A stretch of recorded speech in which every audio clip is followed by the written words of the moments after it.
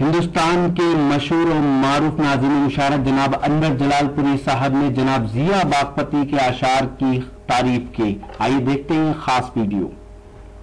ایک ایسے شخص ہیں جنہوں نے باغپت کو تو چھوڑ دیا لیکن ان کی روح ہمیشہ باغپت میں لگی رہتی. وہ پونا میں جا کے اپنے کاروباری سلسلے میں بس گئے ہیں لیکن جب بھی باغپت کی ادبی فضا انہیں آواز دیتی ہے وہ کچے دھاگے میں بندھے ہوئے یہاں چلے آتے ہیں.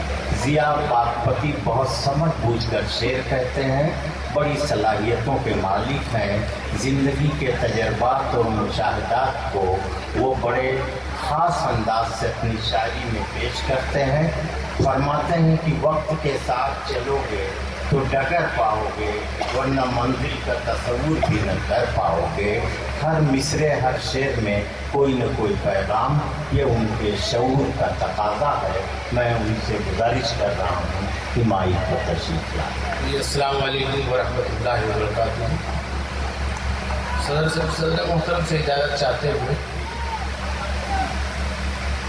گفتگو بہت ہو چکی، شعری سفر کا آغاز کرتا ہوں ان 4 مصروں سے کہ حق کی تو آواز دوہری ہو گئی، حق کی تو آواز دوہری ہو گئی، یہ سیاست پھر بھی بہری ہو گئی.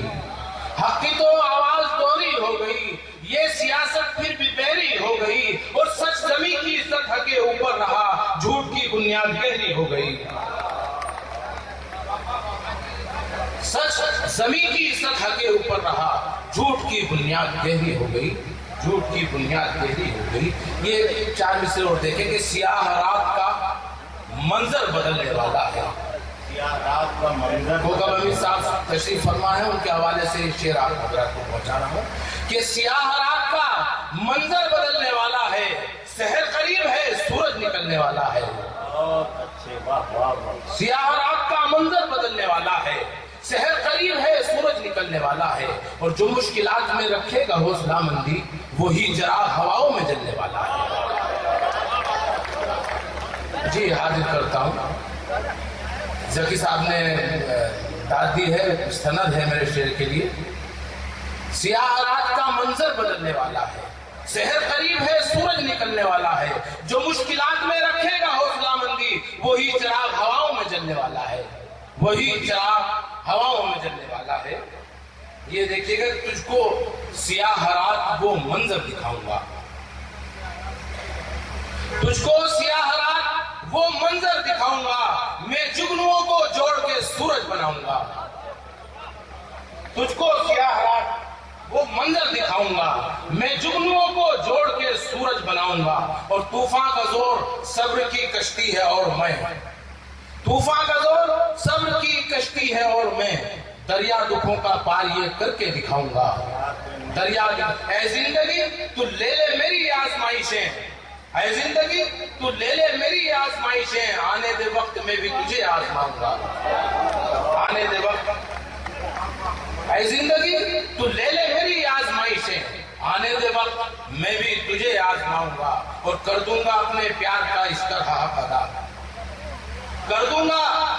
گلو ممبر صاحب بیٹھے ہیں، فرمائش کر رہے ہیں کہ کر دوں گا اپنے پیار کا اس طرح ادا، تیرے سوا کسی کو نہ دل میں بساؤں گا، تیرے سوا کسی کو نہ دل میں بساؤں گا. یہ 4 مصرے اور دیکھ لیجئے، 3-4 مصرے ہیں. وہ میرے لہجے میں جس کا لہجہ ملا ہوا تھا مٹھاس بن کر، وہ میرے لہجے میں جس کا لہجہ ملا ہوا تھا مٹھاس بن کر، سماعتوں میں وہ آج میری گھلا ہوا ہے کھٹاس بن کر.